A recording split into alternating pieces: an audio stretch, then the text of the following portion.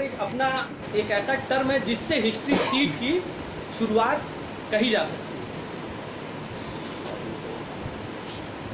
क्या हो सकता है? आप बोलो। अब हैबिचुअल ऑफेंडर पर मैं जाना चाहूँगा। यहाँ से हैबिचुअल ऑफेंडर को डिफाइन किया है तमाम डिक्शनरीज ने, अपने अपने लीगल डिक्शनरीज ने डिफाइन किया है। जैसे एक डिक्शनरी बोलती है persistent tendency to commit crime, एक डिक्शनरी बोल रही है the person frequently has been convicted of criminal behaviour.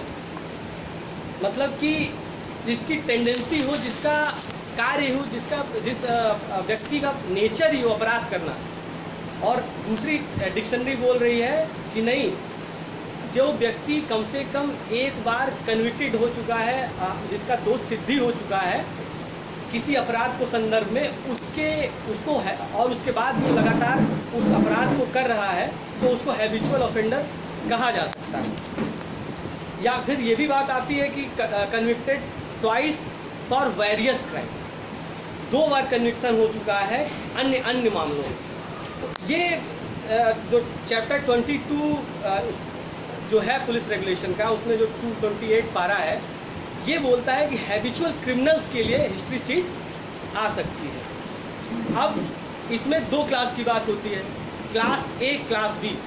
पिछली बार भी क्लास ए, क्लास बी पर बात हुई थी, लेकिन क्लास ए में किस तरह की अपराधों की बात होती है और क्लास बी में किस तरह की अपराधों की बात होती है।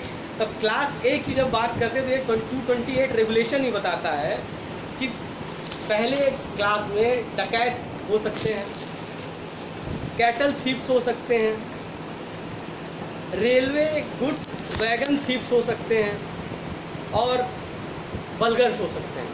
ये क्लास ए बताता है कि इनको क्लास ए माना जाएगा, हिस्ट्री सीट में ये क्लास ए में आएंगे।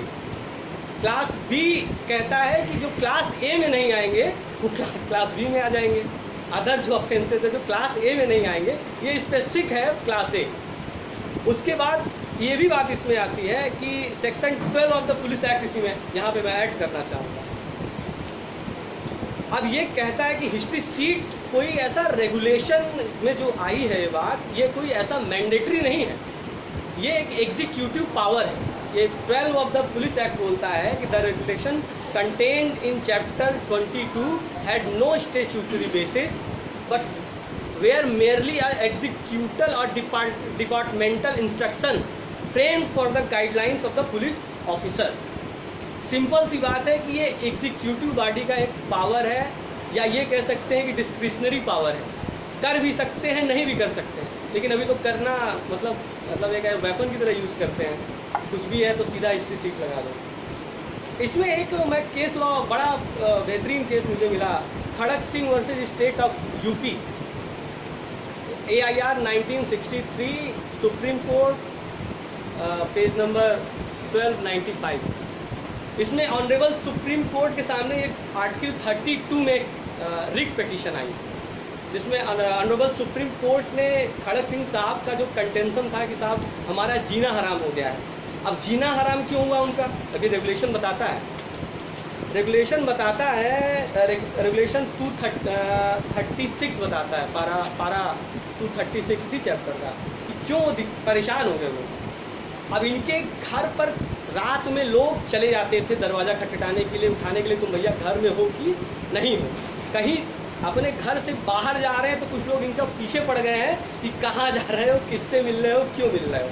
ठीक है, अब ये जो है इवन यहाँ तक कि अगर ये अपने मोहल्ले टोले में भी अगर कहीं, मतलब इनका total deprivation of personal liberty, article 21 का सीधा वायलेशन ये प्ली किया उन्होंने सुप्रीम कोर्ट के सामने कि साहब मेरे आर्टिकल 19 और आर्टिकल 21 का सीधा वायलेशन पुलिस रेगुलेशन के नाम पर कर रही है पुलिस। और इनका पूरा जो एकदम एक तरह से इनको आप कह दिए, इनको कन्फाइन कर दिया था, इनकी पूरी सोच को और सारी चीज़ें। लेकिन सुप्रीम कोर्ट ने इनकी प्ली को डिसमिस कर दिया। इसलिए डिसमिस कर दिया because he was habitual offender. अब एक इसमें एक और अंतिम बात मैं कह करके समाप्त करूँगा। एक केस और था, नंदन सिंह बोरा वर्सेस स्टेट ऑफ यूपी। ये 4 अगस्त 2010 को इसमें जजमेंट आया था, गाजीपुर का केस है। और इसमें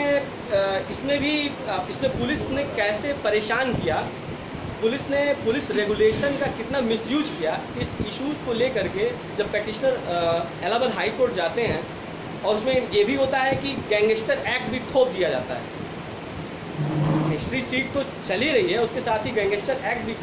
तो इस यहाँ पर जो है ऑनरेबल इलाहाबाद हाई कोर्ट ने ग्राउंडलेस जो वर्क था, जो काम जो पुलिस ने किया था, बियॉन्ड द लॉ किया था, बियॉन्ड द जुरिस्डिक्शन किया था, इसको उन्होंने ओवररूल किया और ये हिस्ट्री सीट जो नंबर थी इसको समाप्त किया। यही बात है। बहुत बहुत धन्यवाद। और कोई